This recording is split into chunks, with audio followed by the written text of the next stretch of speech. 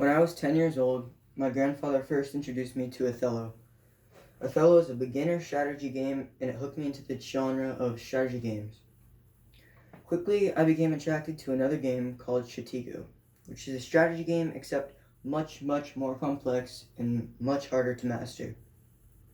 Then I was introduced into chess, which has so many different possible ways to play. All of them could be equally effective. I'm going to explain the origins of chess, each piece and their move, then I'll show you how each piece can be used.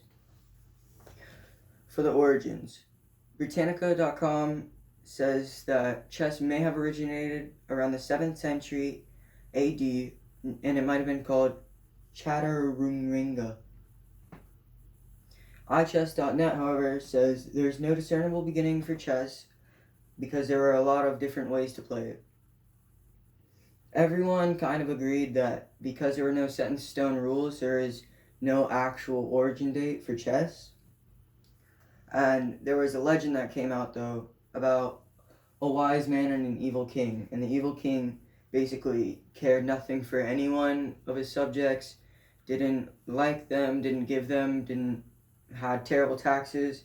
And the wise man developed the game of chess to show that every little piece has a part to play.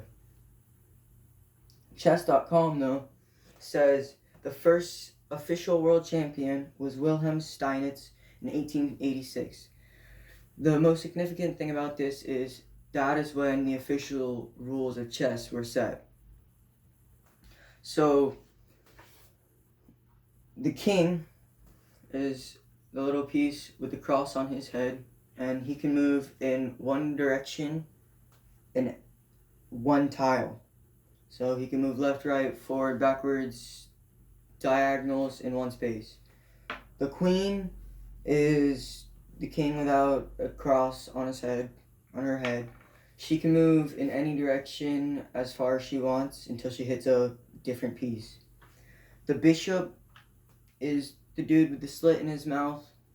He can move just on diagonals, so the bishop on the white can move on those catty corner diagonals as far as he can go.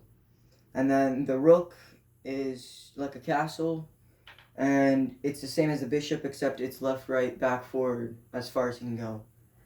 And then you have the knight, which is he moves in an L, so he'll go one forward, two left, one forward, two right, one back, two left, one back, two right, two forward, so on and so forth. But he will jump over other pieces, but won't kill them unless his final resting spot is their square. And then the pawn is a little piece that he sits at the very beginning and he just moves forward and forward and forward and forward and forward. So there are some different ways you can play, but first your setup is king is on not his own color, queen is on hers. So queen's on white, king's on black. On the outside of both king and queen, you do a bishop to each side. And then outside of that, you have a knight to each side of the bishop, and then rooks on outside of those. And then you've got a line of pawns. I'm just using one pawn because it's unnecessary to set them all up. So pawns can move on there first, on each independent pawn's first move two spaces forward. So you can move him two spaces to the front. But after that, he can only move one space, and then one space, and then one space. The unique thing about him is the only way you can capture someone is if they're catty corner to him. So if the opposite king is there, your pawn will jump catty corner and take him. If the king is in front, nothing happens.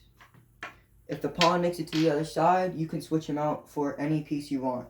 So I could switch him out for a queen even though I have a queen. I could have up to 13 queens because I have my 1 and my 12 right here. So then what you can do for one of the strategies to win is if their king is back second to last row, you can take a rook, put it right in front of them, take your other rook, put it in the same row.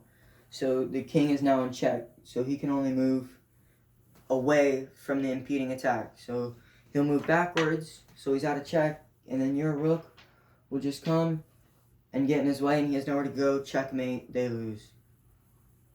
Another way to go is use your queen, but do the same thing laterally. So rook on each side of the king, so it can't move left or right, because you're not allowed to move into check. Queen will just come straight down, take the king. There's also a special process called castling. So if this rook hasn't moved, my king has not moved at all once, in the middle of the game, even if the other rook has moved, if everyone else has moved besides those two, they can switch spots like that. Go, keep playing. Same thing with the other side rook. This rook has been moved. Boom.